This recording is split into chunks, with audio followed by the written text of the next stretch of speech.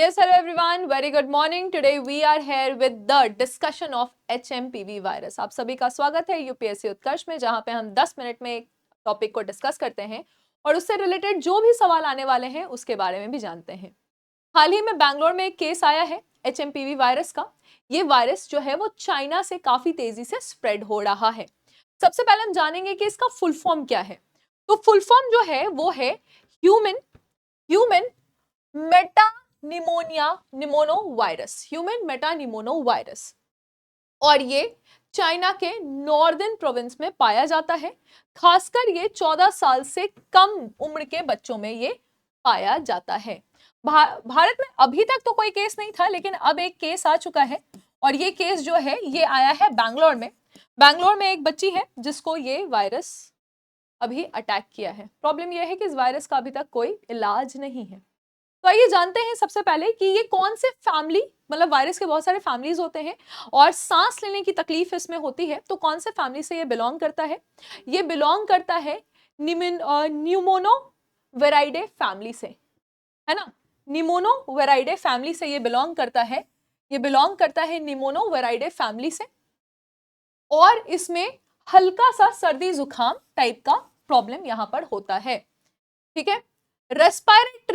Respiratory सिंटेक्शियल जो viruses हैं, इससे मिजल्स है, मम्स है, ये सब जो है वो निमोनोवेराइडे फैमिली में ये वायरस जो है, ये वायरस जो है वो इसी से हो रहा है ना। तो ये मीजल्स हो गया या मम्स है, ठीक है। तो ये सारे जो बीमारियां हैं मीजल्स मम्स वाले, वो भी इसी फैमिली ऑफ वायरस से यहां पर होते हैं। ये आपको यहां पर बताया जा रहा है। खासकर विंटर में ये डिजीज देखने को मिलता है, जब बहुत ज्यादा ठंड होता है तो अपर और लोअर रेस्पिरेटरी ट्रैक में ये इन्फेक्शन पाया जाता है। विंटर में हो गया या स्प्रिंग में हो गया, यहाँ पे इस समय में ये वायरस जो है वो डिस्कवर किया जाता है। सबसे पहले 2001 में इस वायरस के बारे में पता चला। 2001 में इस वायरस के बारे में पता चला। और ये वायरस कहाँ मिला था? ये वायरस कहाँ मिला था? ये जो है वो नीदरलैंड में ये वायरस पाया गया था।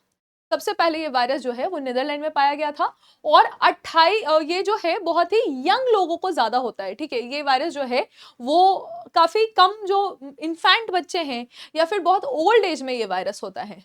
बर्नाडेट जी है, बर्नाडेट जी का नाम आपको याद रखना होगा, बर्नाडेट जी। इन्होंने इस वायरस के बारे में खोज की थी, राइट। तो इन्होंने इस वायरस के बारे में खोज की थी 2001 में। बर्नाडेट जी ने इस वायरस के बारे में खोज की थी। रेस्पिरेटरी यानी कि सांस लेने में यहाँ पे समस्या आती है, इसके यहाँ से यही पता चल रहा है। उसके बाद संवेदनशीलता अगर आप देखेंगे तो बच्चे और बुजुर्ग जो हैं वो ज्यादा संवेदनशील हैं और इसमें ज्यादातर सांस लेने में दिक्कत आती है।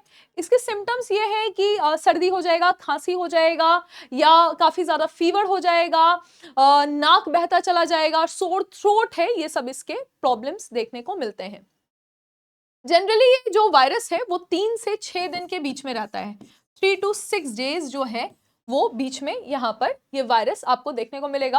मतलब जनरली ये सेल्फ लिमिटिंग भी होता है, लेकिन 3 से 6 दिन तक इसके सिम्टम्स देखने को मिलते हैं। काफी तेजी से अगर कोई ऑलरेडी संक्रमित है और उसने कभी छींक दिया, खांस दिया, तो काफी तेजी से ये दूसरे के कांटेक्ट, दूसरे को भी लग सकता है। हग करने से, साथ में खाने से भी ये वायरसेस जो हैं वो फैलती हैं। फिर अगर किसी ने कोई कप छुआ है या फिर जैसे डोर खोलते हैं लोग, गेट खोलते हैं, तो अगर कोई दूसरा व्यक्ति जाके उस डोर को खोल रहा है तो उसको भी ये वायरसेस हो सकते हैं, राइट। हॉस्पिटलाइजेशन इसका जो कॉम्प्लिकेशंस हैं, अगर बहुत कॉम्प्लिकेट होते हैं तो लोग हॉस्पिटलाइज होते हैं। Bronchitis, bronchia, asthma, pneumonia, ear infections, ये सारे जो है यहाँ पर आप देखिएगा कि इसके सिम्टम्स भी हैं। ट्रीटमेंट अभी तक कोई वैक्सीन का पता नहीं चला है, कोई भी स्पेसिफिक इसकी वैक्सीन नहीं है। एंटीबायोटिक्स जो हैं वो इस वायरस पे काम कर रहे हैं। एंटीबायोटिक्स जो है उस वायरस पे काम कर रहे हैं। बहुत सारे लोग जो हैं वो इस समय ओवर द काउंटर मेडिकेशंस, ठीक है, over the counter medications fever और पेन से यहाँ पे पता चल रहा है कि ओवर द काउंटर यहाँ पे मेडिकेशंस के बारे में जानकारी मिल रही है। नैट टेस्ट जो है वो एक डायग्नोसिस होता है। नैट टेस्ट जो है ये एक डायग्नोसिस है और इसी के बारे में डायग्नोसिस क्या किया गया, तो नेट टेस्ट से जो है वो जानकारी प्राप्त होती है इस वायरस के बारे में, ठीक है। तो इसके लिए जो टेस्ट है वो नेट टेस्ट है। प्रिवेंशन यही है कि कैसे बच सकते हैं इस वायरस से, तो आप लोग हाथ धोएं, हाथ जो है वो काफ़ी अच्छे से वॉश करना ज़रूरी है, और हाइजीन मेंटेन करके रखें, मुंह साफ सुथरा रखें, मेंस्ट्रुएशनल हाइजीन यहाँ पे रखना ज़रूरी है। ये सब इस वायरस से बचने के तरीके हैं।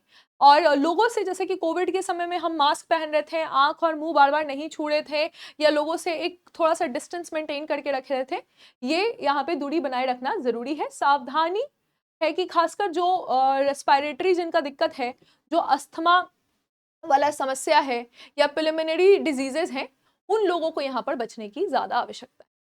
तो होपफुली आपको अब इस वायरस के बारे में सारी जानकारी मिल गई है।